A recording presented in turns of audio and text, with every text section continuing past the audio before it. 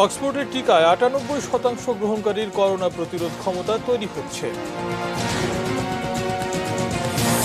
নিষেধ বা স্বাস্থ্যবিধি কোনোটাই মানছে না বাড়িমুখ মানুষ।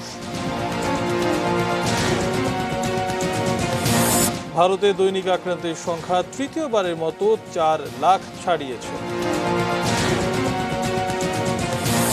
বৃষ্টি নেই, পদ্মায় পানি নেই, জিকে প্রকল্পে সেচ কাজ ব্যাহত।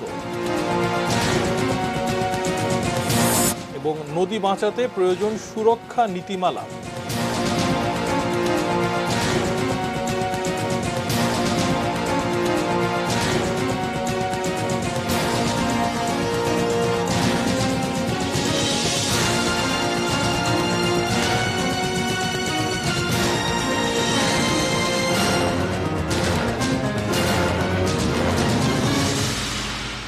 দেখছেন এটিএন নিউজ আওয়ারে আপনাদেরকে আমন্ত্রণ জানাচ্ছি। আমি মাশরাফি শশী। সংবাদ শিরোনাম শুনছিলেন। VSL Angle Channel HB VSL Bikrampur steel limited. এবার বিস্তারিত। শুরুতেই একমি ল্যাবরেটরিজ লিমিটেডের সৌজন্যে corona news update.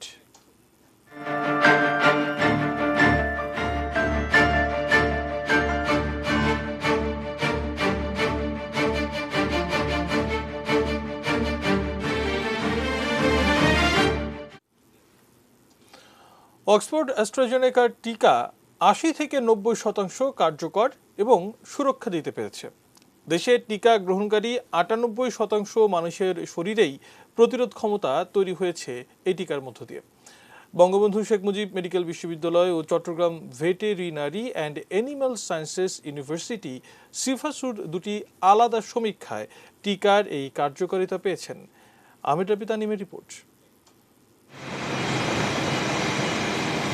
Oxford AstraZeneca টিকা কোভিশিল্ড তৈরির পর তৃতীয় ধাপের ট্রায়ালে ২ ধরনের ডোজের তথ্য বিশ্লেষণে একটিতে ৯০% এবং অন্যটিতে ৬২% কার্যকারিতা পাওয়া গিয়েছিল। অর্থাৎ ৭৫% ক্ষেত্রে এই টিকা কার্যকর প্রমাণিত হয়েছে ক্লিনিক্যাল ট্রায়ালেই। তবে ডোজের মাত্রা পরিবর্তন করে দিলে তা ৯০% পর্যন্ত কার্যকর হতে পারে বলে জানা গিয়েছিল। বাংলাদেশে বঙ্গবন্ধু শেখ মুজিব মেডিকেল বিশ্ববিদ্যালয়ে সম্প্রতি ২ ডোজ টিকা গ্রহণকারীর উপর চালানো এক সমীক্ষায় অক্সফোর্ডের টিকার ৯০% কার্যকারিতা পাওয়া গিয়েছে। মোট ১০০ জন টিকা গ্রহণকারীর উপর এই সমীক্ষা চালানো হয়। বয়স্কদেরও এই টিকা করোনা ভাইরাস থেকে সুরক্ষা দিচ্ছে বলে মনে করছেন বিএসএমএমইউ এর গবেষকরা। সমীক্ষায় দেখা গেছে টিকা নেয়ার পরও আক্রান্তদের ৯০%-ই অক্সিজেনের প্রয়োজন হয়নি। আমরা একটা টেস্ট করেছি ফার্স্ট ডোজ এবং সেকেন্ড ডোজ অফ অ্যাস্ট্রাজেনেকা। তাতে আমরা লক্ষ্য করেছি 98% যারা নিয়েছে তাদের মধ্যে ইমিউনিটি গ্রো করেছে। গবেষণাটা চলছে, আমি ১০০ জনের করা হয়ে গেছে, এর বাইরেও এটা চলছে, সেই অব্যাহত রাখবো। আমি আশা করছি ১০০০ খানেকের মধ্যে করে ফেলবো।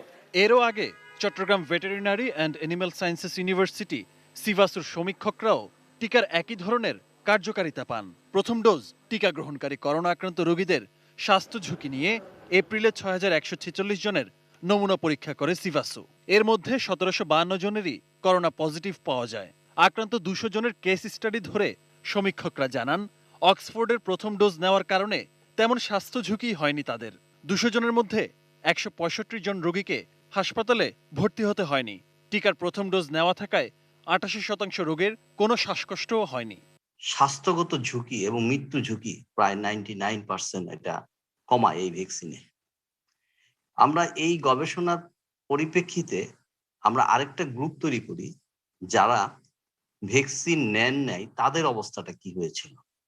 তখন দেখা গেল যারা ভ্যাকসিন নেন নেই তারা 55% হসপিটালে। করোনা টিকা সংকটে অক্সফোর্ড অ্যাস্ট্রাজেনেকার প্রথম ডোজ গ্রহণকারী সবাইকে দ্বিতীয় ডোজ দেওয়া নিয়ে অনিশ্চয়তা তৈরি হয়েছে।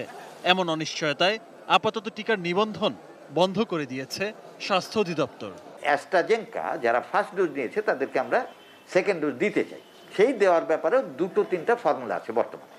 প্রথম হলো ৮ সপ্তাহ আমরা শুনেছিলাম, পরে ১২ সপ্তাহের মধ্যে কিন্তু এটা দেওয়া যায়, আরও ইমিউনিটি বাড়ে। এ টেস্ট হয়েছে। তাহলে যদি অ্যাস্ট্রাজেনেকা সেকেন্ড ডোজ নেওয়ার জন্য একটু দেরিও হয়, সমস্যা নাই। আহমেদ রাবি তানিম, এটিএন নিউজ, ঢাকা। প্রধানমন্ত্রী যে ঘোষণা দিয়েছে।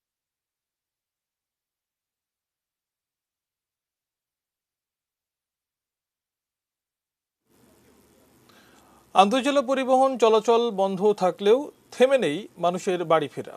করোনা প্রতিরোধে এক জেলার বাস অন্য জেলায় চলাচল নিষিদ্ধ থাকলেও প্রাইভেট কার ও মাইক্রোবাসে অনেকেই ঢাকা ছাড়ছেন। এক্ষেত্রে স্বাস্থ্যবিধি যেমন মানা সম্ভব হচ্ছে না, তেমনি যাত্রীদের গুনতে হচ্ছে বাড়তি ভাড়া। ঈদযাত্রা শুরু হয়ে গেছে। লকডাউনের বিধিনিষেধ, আন্তঃজেলা পরিবহন বন্ধের সিদ্ধান্ত কোনো কাজেই আসছে না। সরাসরি যানবাহন না থাকলেও পরিবহন পাল্টে ঠিকই গন্তব্যে ছুটছেন যাত্রীরা। বাস, মাইক্রোবাসে গাদাগাদি করে ঈদযাত্রা। এতে স্বাস্থ্য ঝুঁকি বাড়ছে, বাড়তি খরচ হচ্ছে। সব মিলিয়ে গণভোগান্তি চরমে। কতন সিএনজিতে উঠি, কতন বাসেতে উঠি, ঢাকা সিটির বাসে, কতন উঠি প্রাইভেটে, কতন উঠে টেম্পুতে উঠি, যখন যেটা পাই এটাতে উঠি। কলা আগুয়ে রাস্তা কলা আগুয়ে সিটে দুজন করে বসতেছে, আর মানুষ তো গণহারে ডাবল ভাড়া দিয়ে যাইতেছি। যে ডাইরেক্ট গাড়ি দ্রুত বাসগুলো চলতো তাহলে স্বাস্থ্যবিধি আরো ভালোভাবে মানতো, কিন্তু এই কারণে যে নামাচারা করতেছি এতে আরো করোনার ঝুঁকি আরো বেশি হইতেছে। পরিবহন সংশ্লিষ্টরা বলছেন মাস্ক ছাড়া তারা যাত্রী পরিবহন করছেন না, তবে সব ক্ষেত্রে যে নিয়ম মানা হচ্ছে তাও না। ঝুঁকি তো অবশ্যই আছে, ঝুঁকি নিয়ে তারপরও চলতেছে, কারণ কতদিন আর বসে থাকবো। লকডাউনে তো অনেকদিন বসে ছিলাম। জায়গায় জায়গায় টাকা দিত 200-300 টাকা করে, পোলাপাইনে গাড়ি বেরো দেয়। এখন আমাকে যদি 500 টাকা ভাড়া দেয়, ওরা রেখে দেয় 100 টাকা 200 টাকা, তা আমরা কয় টাকা পাই? পাটুরিয়া, দৌলতদিয়া, শিমুলিয়া, কাঁঠালবাড়ি ফেরিঘাটে বাড়ি ফেরা মানুষের ভিড় সবচেয়ে বেশি। করোনাকে গুরুত্ব না দেয়া, বাড়তি ভাড়া আদায়, চাঁদাবাজদের দৌরাত্ম্য, সব মিলিয়ে জনদুর্ভোগ। এদিকে রাজধানীতে গণপরিবহন চলাচল শুরুর দ্বিতীয় দিনে যথারীতি নিয়ম ভাঙার প্রবণতা দেখা গেছে। 2 সিটে এক যাত্রী নিলেও গাড়িতে হ্যান্ড স্যানিটাইজার না রাখা, বাড়তি ভাড়া আদায়, মাস্ক ছাড়া যাত্রী পরিবহন করতে দেখা যায় অনেক গণপরিবহনেই। আমার ভাড়া 20 টাকা 30 টাকা নিচ্ছে, মানে এমনিতে উঠলাম, স্যানিটাইজার তো দেয় নাই কিছু। সম্রাট আনোয়ার, ATN নিউজ, ঢাকা। প্রতিবেশী দেশের খবর জানাবো। করোনা ভাইরাসের দ্বিতীয় ঢেউয়ে ভারতে দৈনিক আক্রান্তের সংখ্যা তৃতীয়বারের মতো 4 লাখ ছাড়িয়েছে। শুক্রবার কর্তৃপক্ষ জানিয়েছে সর্বশেষ সেখানে সংক্রমিত হয়েছেন 4,14,188 জন। মৃত্যু হয়েছে 3,915 জনের, আর মোট মারা গিয়েছে 2,34,083 জন। করোনা পরিস্থিতিতে বিশ্বের সবচেয়ে খারাপ অবস্থা এখন ভারতের।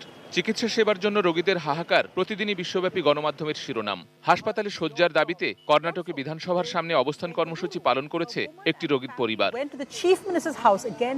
মহামারীর দ্বিতীয় ঢেউয়ে সবচেয়ে বিপর্যস্ত রাজধানী দিল্লি। হাসপাতালগুলোতে শয্যার অভাব, চারিদিকে অক্সিজেনের জন্য হাহাকার, আর দৈনিক মারা যাচ্ছেন অসংখ্য মানুষ। শ্মশানগুলোতেও জায়গা খালি নেই।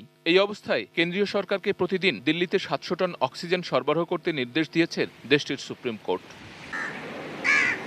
পরিস্থিতি সামাল দিতে রাজস্থানে 10 থেকে 24 মে পর্যন্ত ও কেরালায় 8 থেকে 16 মে পর্যন্ত লকডাউন দিয়েছে রাজ্য সরকার। বেশ কিছু রাজ্যে জারি করা হয়েছে কঠোর বিধিনিষেধ। আরও টিকা কেন্দ্র স্থাপনেও তৎপরতা চলছে।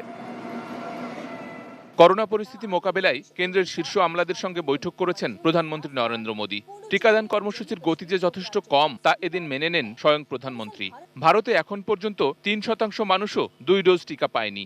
এতদিন কেন্দ্রীয় স্বাস্থ্য মন্ত্রণালয়ের পক্ষ থেকে টিকার অভাব নেই দাবি করা হলেও বাস্তবে অবস্থা উল্টো। তাই টিকার উৎপাদন বৃদ্ধির রূপরেখা নিয়েও বৈঠকে আলোচনা হয়েছে। এদিকে ভারতের করোনা পরিস্থিতি নিয়ে সিএনএনকে দেওয়া সাক্ষাৎকারে উদ্বেগ জানিয়েছেন মার্কিন জনস্বাস্থ্য বিশেষজ্ঞ অ্যান্থনি ফাউসি। প্রয়োজনে সেনাবাহিনীকে কাজে লাগিয়ে হাসপাতাল তৈরি, লকডাউন জারির মাধ্যমে সংক্রমণ শৃঙ্খল ভাঙার মতো পদক্ষেপ নেওয়ার কথাও বলেছেন তিনি। শেখ সালাম, ডেস্ক রিপোর্ট, ATN নিউজ। যাচ্ছি অন্যান্য খবরে। নদী ও নৌপথ প্রসঙ্গ। এমনিতেই বৃষ্টিহীন, তার উপর দেশের অন্যতম প্রধান নদী পদ্মায় এবার পানির প্রবাহ অনেক কম।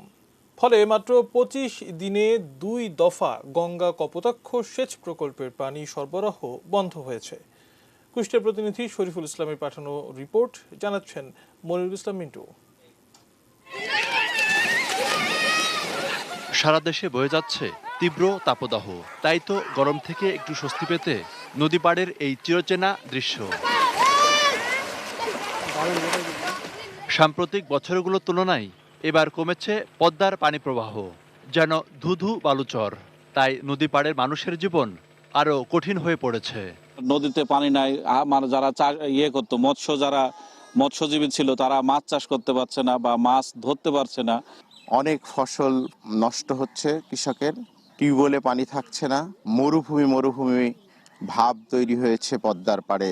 এই নৌকাগুলো সব বন্ধ হয়ে পড়ে আছে, এই যে অনেক নৌকা আমাদের এলাকার।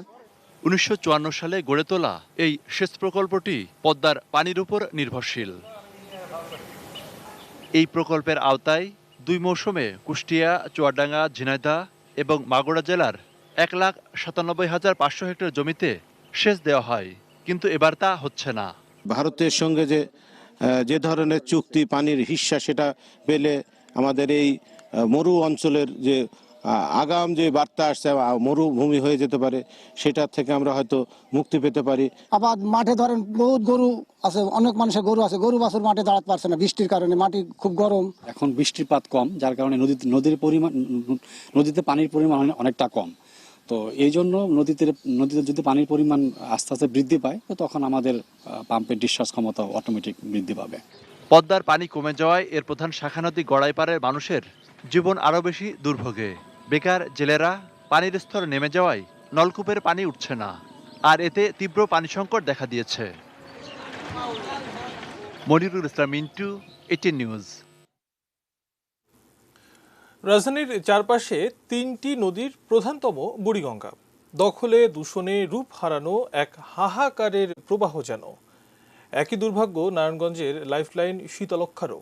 নদী বাঁচানোর উদ্যোগগুলো এখনও কাগুজে পরিকল্পনাতেই সীমাবদ্ধ। মফিদুল তপু রিপোর্ট।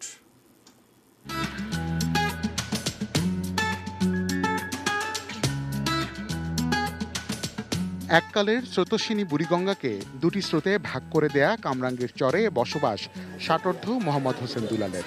পেশায় ট্রলার মালিক। চরের দক্ষিণে থোটা এলাকার চাঁদনি ঘাটে দাঁড়িয়ে দুলাল বলছিলেন এই নদী নিয়ে তার কৈশোর যৌবনের স্মৃতি। আমি আমার বাপের সাথে একদিন গয়না নৌকায় উঠছি, গয়না নৌকা উঠা এখান দিয়া আমিন বাজারে গাবতলি দিয়া বেরিয়েছি আমি। আদি বুড়িগঙ্গার স্রোতধারা এখন মানুষের দখলে মৃত। 80-র দশকের শেষ দিকে উজানে ময়লা আবর্জনা এবং মাটি ফেলে বন্ধ করে দেয়া হয় নদীর মুখ। তারপর গত 32 বছরে একটু একটু করে নদীর জমি দখল করে স্থাপনা নির্মাণ করেছে প্রভাবশালী শিল্পগোষ্ঠী এবং স্থানীয় রাজনীতিবিদরা। নদী দখলে সোৎসাহে ঝাঁপিয়ে পড়েছে স্থানীয়ভাবে প্রভাবশালীরাও। নদীর মুখে বাড়িঘর তোলার পরেই যেমন এগুলার ওখান থেকে পানি আস্তে আস্তে বন্ধ হয়ে গেছে গা, পলি পড়ছে, এই জন্য নদী আটকে গেছে গা। নৌপথে সবসময় সড়ক পথের চেয়ে খরচ কম। আপনার এই ট্রলারের ভিতরে মাল মনে করেন 500 মন মাল ধরলে একটা ট্রাকে ধরে 100 মন। ট্রাকের ভাড়া দ্বিগুণ, ট্রলারের ভাড়া কম। আমাদের এখানে যানজট কম। শুধু আদি বুড়িগঙ্গা চ্যানেলই না, বর্তমানে যে চ্যানেলটি ব্যবহার করে পণ্য পরিবহন করা হয় সেটিও দখলের পায়তারা চলছে জোরে সোরেই। বিশেষ করে বিভিন্ন ডেভেলপার কোম্পানির নামে বেনামে ভরাট হয়েছে নদী। সরকারি উদ্যোগে নদীর সীমানা নির্ধারণ করে ওয়াকওয়ে নির্মাণ করা হচ্ছে বটে, তবে সে কাজে গতি নেই খুব একটা। স্রোত কমে যাওয়ায় পলি জমেছে বুড়িগঙ্গায়। নদী তীরের বাসিন্দারা বলছেন শেষ কবে এই নদীতে ড্রেজিং হয়েছে তা মনে নেই। আদৌ কখনো ড্রেজিং হয়েছে কিনা তা নিয়েও সন্দিহান তারা। আর এমন অবস্থা শুধু বুড়িগঙ্গার না, রাজধানীর আশপাশের সবকটি নদীরই।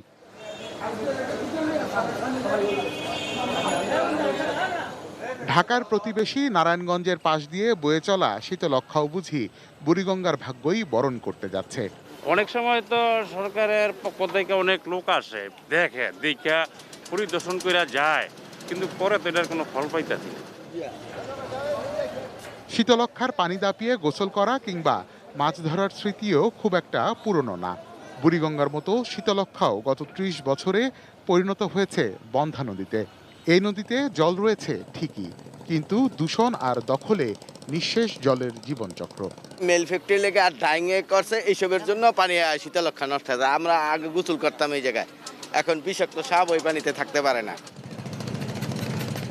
সরকারের ঘোষণা করা 100 বছর মেয়াদী ডেল্টা প্ল্যান এই নদীগুলোর জীবন ফিরিয়ে দিতে পারে কিনা সেটাই এখন দেখার অপেক্ষা। Mofidul Topu, ATN news, Dhaka. নদীর দূষণ রোধ করে নাব্য ফিরিয়ে আনতে চায় সরকার।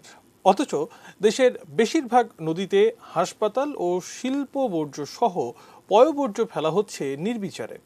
নদী দখল করে গড়ে তোলা হচ্ছে বড় বড় অবকাঠামো, যার প্রভাব ধীরে ধীরে দেশের অন্য নদীগুলোর ওপরও পড়বে। প্রতিনিধিদের পাঠানো তথ্য ছবিতে ডেস্ক রিপোর্ট।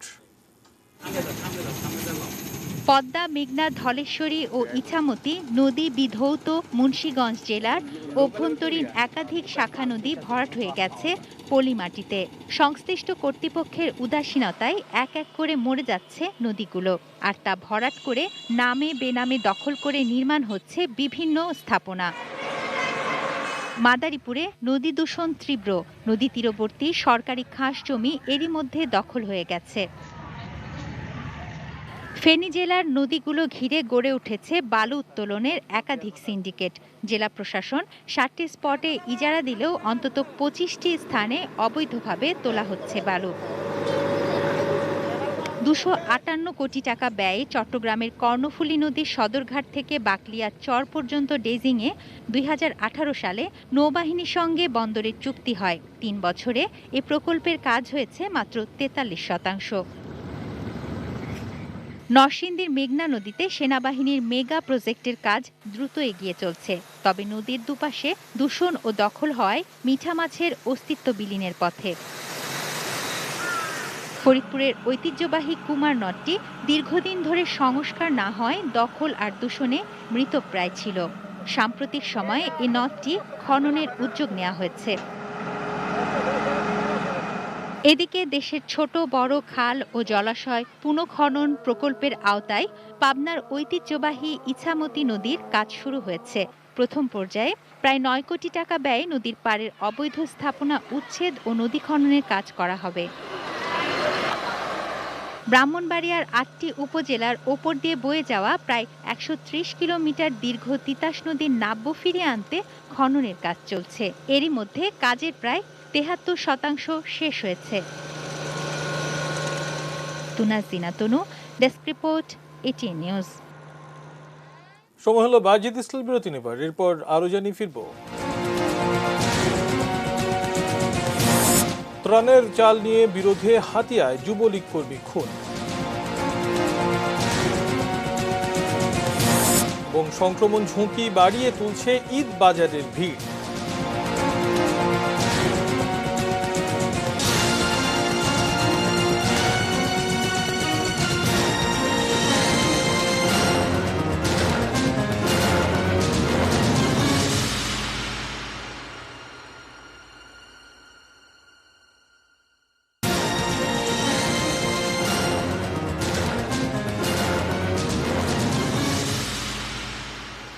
বিরতির পর আবারও আমন্ত্রণ জানাচ্ছি নিউজ আওয়ারে। ধন্যবাদ আমাদের সঙ্গে থাকার জন্য।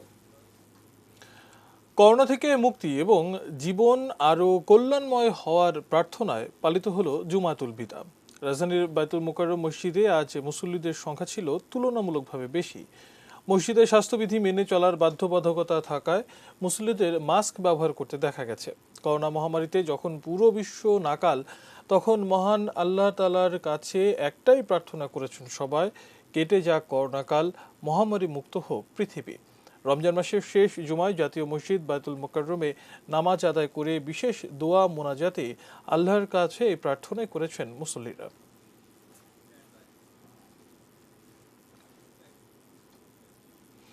ইসলামের প্রধান 5 স্তম্ভের অন্যতম জাকাত। নামাজের পরই ইসলামী অনুশাসনে জাকাতকে গুরুত্ব দেওয়া হয়েছে। করোনার এই সময়ে বিচ্ছিন্নভাবে শাড়ি লুঙ্গি দিয়ে জাকাত দেওয়ার পরিবর্তে সামাজিক উদ্যোগ অথবা রাষ্ট্রীয়ভাবে প্রকৃত অভাবগ্রস্তদের মাঝে জাকাত বিতরণ করা উচিত বলে মনে করেন ইসলামী চিন্তাবিদরা। জাবেদ আক্তারের রিপোর্ট। জাকাত ইসলামের দ্বিতীয় বৃহত্তম বিধান। পবিত্র কুরআন শরীফে জাকাত আদায় নির্দেশ দেওয়া হয়েছে, যেখানে বলা হয়েছে নামাজ কায়েম করো ও জাকাত আদায় করো। এবং এটা একান্তই অর্থনৈতিক একটি স্তম্ভ বা পিলার। জাকাত শব্দটি হুবহু আল কোরআনে 32 জায়গায় উল্লেখ করা হয়েছে। তার মানে এর গুরুত্ব কতটা বেশি। তাহলে আখিরাতে দংশন থেকে বাঁচার জন্য, ফরজ হুকুম পালন করার জন্য, সম্পদ বৃদ্ধি করার জন্য এবং সম্পদকে পরিশুদ্ধ করার জন্য আমরা জাকাত দিই। ইসলাম বলছে সঠিকভাবে জাকাত দেওয়ার মাধ্যমে সমাজে গরিব মিসকিনের সংখ্যা কমে আসবে। বিশেষ করে করোনার এই দুঃসময়ে সবাই যদি নিয়মমাফিক জাকাত দেন তাহলে চরম আর্থিক সংকটে থাকা মানুষগুলোর কষ্টও কমে আসবে। এই পরিস্থিতিতে আমি মনে করি যে মুসলমান ভাইদের উপরে জাকাত ফরজ, তাদেরকে খুবই গুরুত্ব সহকারে এগিয়ে আসতে হবে এবং পাই করে হিসাব করে গরিব, দুস্থ, অসহায় এবং ভাসমান ব্যক্তিদের জন্য জাকাতের অর্থ ব্যয় করতে হবে। তাহলে এক কথা আমরা যদি বলি, কারো কাছে যদি 29,000 টাকার সম্পদ থাকে আর সেটা যদি 1 বছর পর্যন্ত তার কাছে থাকে, তাহলে বছর শেষে সে সম্পদশালী হিসেবে গণ্য হবে এবং তাকে জাকাত দিতে হবে। জাকাত রমজান মাসেই দিতে এরকম না, আমরা ভেঙ্গে আস্তে আস্তে দিতে পারি। যদি আমার জাকাত 20,000 টাকা হয়, তাহলে আমি প্রতি মাসে 2,000 টাকা করে যদি আমরা দিই, তাহলে দেখা যাবে জাকাত আদায় হয়ে গেছে। তবে ঢাকঢোল পিটিয়ে সামান্য লুঙ্গি শাড়ি দিয়ে যেভাবে গরিব মানুষকে কষ্টে ফেলে জাকাত দেওয়া হয়, তাতে তেমন কোনো লাভ হয় না বলেও মনে করেন আলেম ওলামাগণ। জাকাত প্রদানের খাত হলো 8টি, আর সেই 8 ব্যক্তি হলো ফকির, মিসকিন, জাকাত বিভাগের কর্মচারী, যাদেরকে জাকাতের অর্থ দিয়ে আকর্ষণ করা যায় ইসলামের দিকে, ঋণী ব্যক্তি, দাসত্ব মোচনের জন্য জিহাদ ফি সাবিলিল্লাহ ব্যস্ত ব্যক্তিরা, এবং পথিককে দেওয়া যায়। ইসলামের বিধান অনুযায়ী শুধু লোক দেখানো জাকাত না দিয়ে সঠিক হিসেবে গচ্ছিত সম্পদের জাকাত দেওয়া উচিত। এতে একদিকে যেমন আল্লাহর হুকুম পালন করা হবে, তেমনি ধনী গরিবের বৈষম্য কমে আসবে। Javed Akhtar, ATN news, Dhaka. Corona মহামারী থেকে পরিত্রাণের লক্ষ্যে দেশ ও জাতির মঙ্গল কামনা এবং বিশ্ব শান্তির লক্ষ্যে বিশেষ প্রার্থনার আয়োজন করেছিল বাংলাদেশ সারস্বত গৌড়ীয় সংঘ। শুক্রবার দুপুরে রাজধানীর নারিন্দায় শ্রী শ্রী গৌড়ীয় মাঠে এই প্রার্থনা সভার আয়োজন করা হয়। এছাড়াও বাংলাদেশের বিভিন্ন প্রান্তে অবস্থিত গৌড়ীয় মঠগুলোতেও এই প্রার্থনা করা হয়। করোনা মহামারী থেকে দ্রুতই বাংলাদেশ সহ পুরো বিশ্বকে পরিত্রাণ দেবার জন্য পরম করুণাময়ের অনুগ্রহ কামনা করেন সংঘের সদস্যরা। আরো সংবাদ জানাবো। নোয়াখালীর হাতিয়ায় সরকারি চাল বিতরণকে কেন্দ্র করে দুই পক্ষের সংঘর্ষে জোবায়ের হোসেন নামে এক যুবলীগ কর্মী খুন হয়েছেন। এ সময় অন্তত 4 জন আহত হন। হাতিয়ার সোনাদিয়া ইউনিয়নের চরচেঙ্গা বাজারে আজ ঘটনা ঘটে। পুলিশ জানায়, সকালে চেয়ারম্যান নুরুল ইসলামের উপস্থিতিতে সরকারি চাল বিতরণ হচ্ছিল। এ সময় ইউপি সদস্য পদপ্রার্থী জোবায়ের সহ কয়েকজন যুবলীগ কর্মী চাল বিতরণে অনিয়মের অভিযোগ তুলে বাধা দেয়। এ নিয়ে বিরোধের এক পর্যায়ে চেয়ারম্যানের লোকজন তাদের কুপিয়ে ও পিটিয়ে আহত করে। হাতিয়া উপজেলা স্বাস্থ্য কমপ্লেক্সে নেওয়ার পর চিকিৎসক জোবায়েরকে মৃত ঘোষণা করেন। তবে হামলার অভিযোগ অস্বীকার করে চেয়ারম্যান নুরুল ইসলাম বলেন, জোবায়ের সহ কিছু সন্ত্রাসী জেলেদের কাছ থেকে চাল ছিনিয়ে নিতে গেলে স্থানীয় লোকজন তাদের মারধর করে। হাতিয়া থানার ভারপ্রাপ্ত কর্মকর্তা আবুল খায়ের জানান, পুলিশ ঘটনার তদন্ত ও জড়িতদের গ্রেপ্তারের চেষ্টা করছে। সাবেক সংসদ সদস্য ও আওয়ামী লীগ নেতা শহীদ আহসানুল্লাহ মাস্টার হত্যা মামলার রায় দ্রুত কার্যকরের দাবি জানিয়েছেন গাজীপুরের city mayor advocate Mohammad Jahangir Alam. Ahsanullah মাস্টারের 17তম শাহাদত বার্ষিকীতে সকালে নোয়াগাঁও এলাকায় তাঁর কবর জিয়ারত করেন মেয়র সহ অন্যান্যরা। এ সময় তাঁর আত্মার মাগফিরাত কামনা করেন তারা। পরে সবাই শহীদ আহসানুল্লাহ মাস্টারের মায়ের সাথে সাক্ষাৎ করেন। দীর্ঘ 17 বছরে ওই হত্যা মামলার রায় কার্যকর না হওয়ায় ক্ষোভ প্রকাশ করেছেন এলাকাবাসী। যারা খুনি, যারা অপরাধী, তাদের যেন প্রকৃতি বিচারটা হয়, এটা আমরা গাজীপুরবাসী এবং তার মা ভাইয়ের আছে এবং তারই সন্তান মাননীয় মন্ত্রী মহোদয় আছেন, সবাই চায় এবং আমরা তাদের সাথে সবাই এলাকাবাসী একসাথে চাই এটা যেন দ্রুত বিচারটা কার্যকর হয়। রাষ্ট্রীয় মর্যাদায় শেষ বিদায় জানানো হলো স্বাধীন বাংলা বেতার কেন্দ্রের শিল্পী ও প্রখ্যাত সুরকার অনুপ ভট্টাচার্যকে। সকালে রাজধানীর টিকাটুলিতে ভোলানন্দ গিরি আশ্রমে তাঁকে শেষ শ্রদ্ধা জানানো হয়। বৃহস্পতিবার রাতে ঢাকার একটি বেসরকারি হাসপাতালে অনুপ ভট্টাচার্য শেষ নিঃশ্বাস ত্যাগ করেন। তাঁর মৃত্যুতে গভীর শোক জানিয়েছেন প্রধানমন্ত্রী শেখ হাসিনা। জনপ্রিয় বহু গানের সুরারোপ করেছেন এই গুণী শিল্পী। এর মধ্যে রফিকুল ইসলামের গাওয়া বৈশাখী মেঘের কাছে ও মিতালি মুখার্জির কণ্ঠে সুখ পাখিরে গান দুটি ব্যাপক জনপ্রিয়তা পায়। স্বাধীন বাংলা বেতার কেন্দ্রের তীরহারা এই ঢেউয়ের সাগর রক্ত দিয়ে নাম লিখেছি পূর্ব দিগন্তে সূর্য উঠেছে এবং নোঙর তোলো তোলো সহ বেশ কয়েকটি সমবেত গানেও কণ্ঠ দেন তিনি। এবার সোশ্যাল ইসলামী ব্যাংক লিমিটেড বাণিজ্য সংবাদ।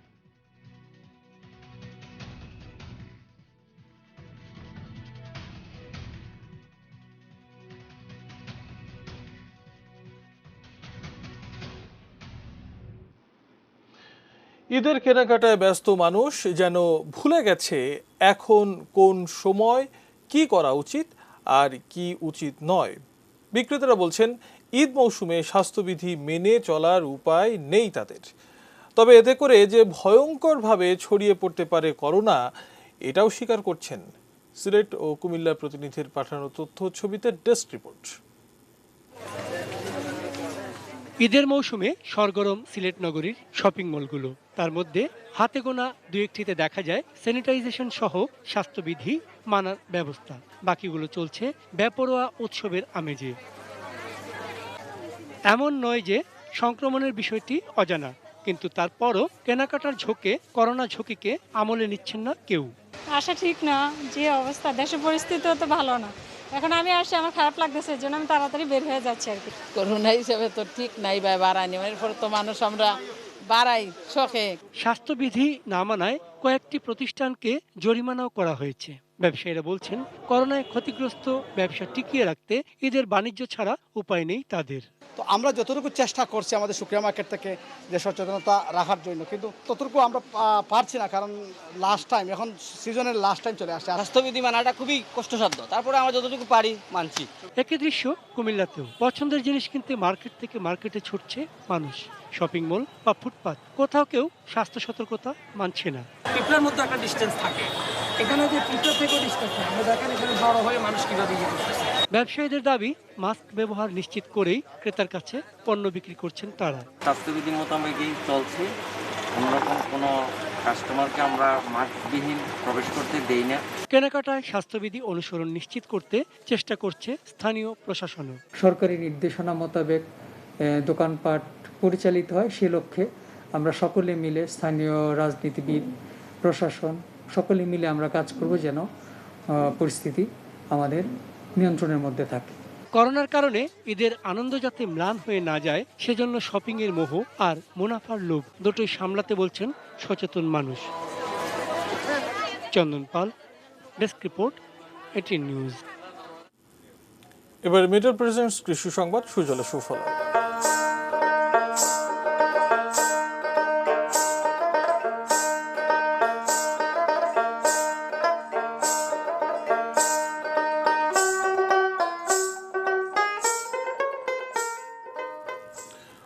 প্রথমবার হলুদ তরমুজ চাষ করে সফল হয়েছেন কুমিল্লার কৃষক আনোয়ার হোসেন। উৎপাদন খরচের অন্তত 5 গুণ লাভের সম্ভাবনা দেখে এখন এই তরমুজ চাষে আগ্রহী হচ্ছেন অনেকেই। কৃষি অফিস জানায়, সদর দক্ষিণ উপজেলার বলরামপুর গ্রামের আনোয়ার হোসেন এবার 65% জমিতে তরমুজ চাষ করেন। এর মধ্যে 45% কালো তরমুজ ও বাকি 20% গোল্ডেন ক্রাউন জাতের হলুদ তরমুজ। মালচিং পদ্ধতিতে চাষ করা গোল্ডেন ক্রাউন তরমুজের বাইরেরটা হলুদ, ভেতরে লাল। কেবল দেখতেই সুন্দর নয়, এই তরমুজ খেতেও অনেক সুস্বাদু। চারা লাগানোর 65 থেকে 70 দিনের মধ্যে ফল পাকে। হলুদ তরমুজ চাষে আনোয়ার হোসেনের সফলতা দেখে আগ্রহী হয়ে উঠছেন অনেকেই।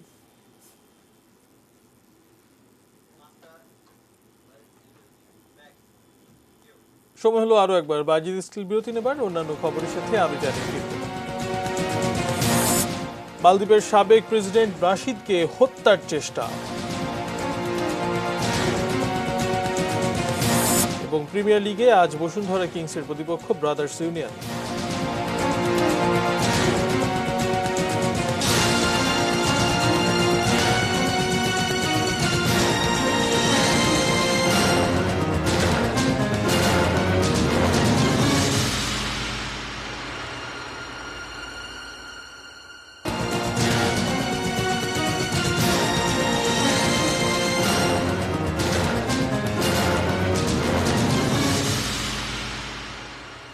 প্রতিপর আবার আমন্ত্রণ জানাচ্ছি নিউজ আওয়ারে। ধন্যবাদ আমাদের সঙ্গে থাকার জন্য। দেশে বাইরে খবর জানাবো। মালদ্বীপের সাবেক প্রেসিডেন্ট বর্তমান পার্লামেন্টের স্পিকার মোহাম্মদ নাশিদ গতকাল সন্ধ্যায় রাজধানী মালেতে তার বাড়ির সামনে এক বিস্ফোরণে গুরুতর আহত হয়েছেন। তবে বর্তমানে তার অবস্থা স্থিতিশীল। আন্তর্জাতিক গণমাধ্যমগুলো জানায়, নাশিদ নিজের গাড়িতে ওঠার সময় পাশে রাখা একটি মোটর বাইক বিস্ফোরিত হয়। এ ঘটনাকে হত্যা চেষ্টা বলে অভিযোগ তুলেছে তার দল মালদ্বীপ ডেমোক্রেটিক পার্টি। এতে এক বিদেশি পর্যটক আহত হন। তাৎক্ষণিকভাবে কেউ এই বিস্ফোরণের দায় স্বীকার করেনি। মালদ্বীপের প্রেসিডেন্ট ইব্রাহিম মোহাম্মদ সোলিহ বলেছেন, ঘটনা তদন্ত শুরু হয়েছে। 2008 সালে মালদ্বীপের প্রথম গণতান্ত্রিকভাবে নির্বাচিত প্রেসিডেন্ট মোহাম্মদ নাশিদ 2012 সালে ক্ষমতা ছাড়ার পরও তিনি দেশটির প্রভাবশালী ব্যক্তিত্ব ছিলেন। কিছুদিন লন্ডনে নির্বাসনে থাকার পর 2019 সাল থেকে দেশটির পার্লামেন্টে স্পিকারের দায়িত্ব পালন করছেন মালদ্বীপের চীনা আধিপত্যের বিরোধিতাকারী হিসেবে পরিচিত নাশিদ।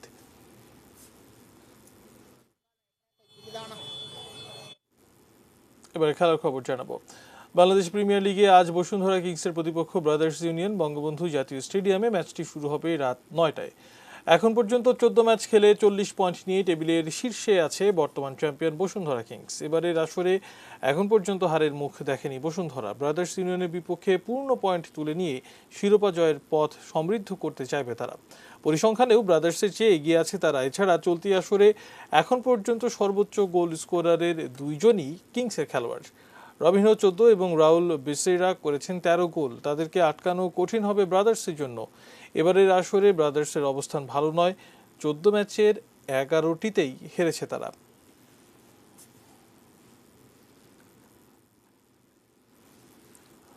শেষ করব মানবিক এক উদ্যোগের গল্প শুনিয়ে। 5 টাকার বাজার। ঝালকাঠিতে স্বপ্ন পূরণ সমাজ কল্যাণ সংস্থা নামের স্বেচ্ছাসেবী সংগঠন এ বাজারের আয়োজক।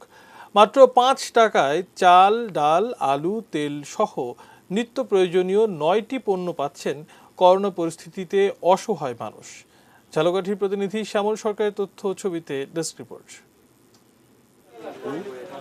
5 কেজি চাল, 2 কেজি ডাল, 1 লিটার তেল ও 1 কেজি ডাল সহ 9টি পণ্য মাত্র 5 টাকায়। করোনাকালে কর্মহীন অসহায় মানুষের জন্য এই 5 টাকার বাজার। আয়োজক ঝালকাঠির স্বপ্নপূরণ সমাজ কল্যাণ সংস্থা। শহরের কৃষ্ণকাঠি এলাকার স্বেচ্ছাসেবী সংগঠনটির কার্যালয় থেকে প্রায় 1000 টাকা দামের নিত্য প্রয়োজনীয় পণ্য ও ইফতার সামগ্রী 5 টাকার টোকেন মূল্যে পাচ্ছে মানুষ। ফোনে যোগাযোগ করলে বাড়িতেই পণ্য পৌঁছে দেন স্বপ্নপূরণের সদস্যরা। করোনার এই দুঃসময়ে এমন সহায়তা পেয়ে কৃতজ্ঞ সাধারণ মানুষ। ইফতারির যা কিছু প্রয়োজন 5 টাকার বিনিময়ে গ্যাসের লকডাউনে অনেক কিছু সবাইকে দিয়েছে, এবারও অনেক কিছু দিচ্ছে। 5 টাকা যাতে অনেক মাল সামান অনেক কিছু আমরা পাইতেছি, অনেক সাহায্য পাইতেছি, কোনো উপকার হইতে আছে, এটাই তো বড় কিছু। মানুষ মানুষের জন্য স্লোগান নিয়ে অসহায় মানুষের পাশে দাঁড়িয়েছেন একদল হৃদয়বান মানুষ। করোনার দুঃসময় স্বাভাবিক না হওয়া পর্যন্ত তারা মানবিক উদ্যোগ চালিয়ে যেতে চান। কোনো দান বা অনুগ্রহ নয়, তারা 5 টাকার বিনিময়ে 11টি পণ্য কিনে নেবে। এভাবে প্রতিদিনই এই মধ্যবিত্ত পরিবারকে এখান থেকে সাহায্য দেওয়া হচ্ছে। ঝালকাঠির স্বপ্নপূরণ সমাজ কল্যাণ সংস্থা মানুষের স্বপ্ন পূরণের যে দৃষ্টান্ত স্থাপন করেছে তাকে দৃষ্টান্ত হিসেবে দেখছে জেলাবাসী। তুনাজিনা তনু, ডেস্ক রিপোর্ট, এটিএন নিউজ। এবারে এক নজরে সংবাদ শিরোনামগুলো দেখে নেব আরো একবার।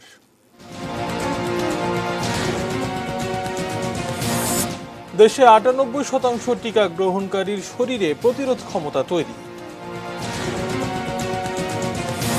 ভারতে টিকা পায়নি 3% মানুষও, প্রধানমন্ত্রী মোদীর জরুরি বৈঠক। নিষেধ বা স্বাস্থ্যবিধি কোনোটাই মানছেন না ঘরমুখো মানুষ। বৃষ্টি নেই, পদ্মায় পানি নেই, জিকে প্রকল্পে সেচ কাজ ব্যাহত। নদী বাঁচাতে প্রয়োজন সুরক্ষা নীতিমালা।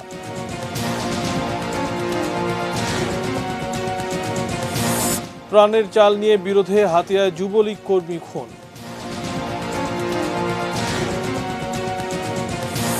সংক্রমণ ঝুঁকি বাড়িয়ে তুলছে ঈদ বাজারের ভিড়।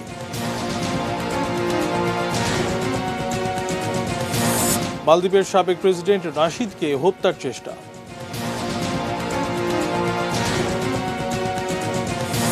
এবং প্রিমিয়ার লিগে আজ বসুন্ধরা কিংসের প্রতিপক্ষ ব্রাদার্স ইউনিয়ন।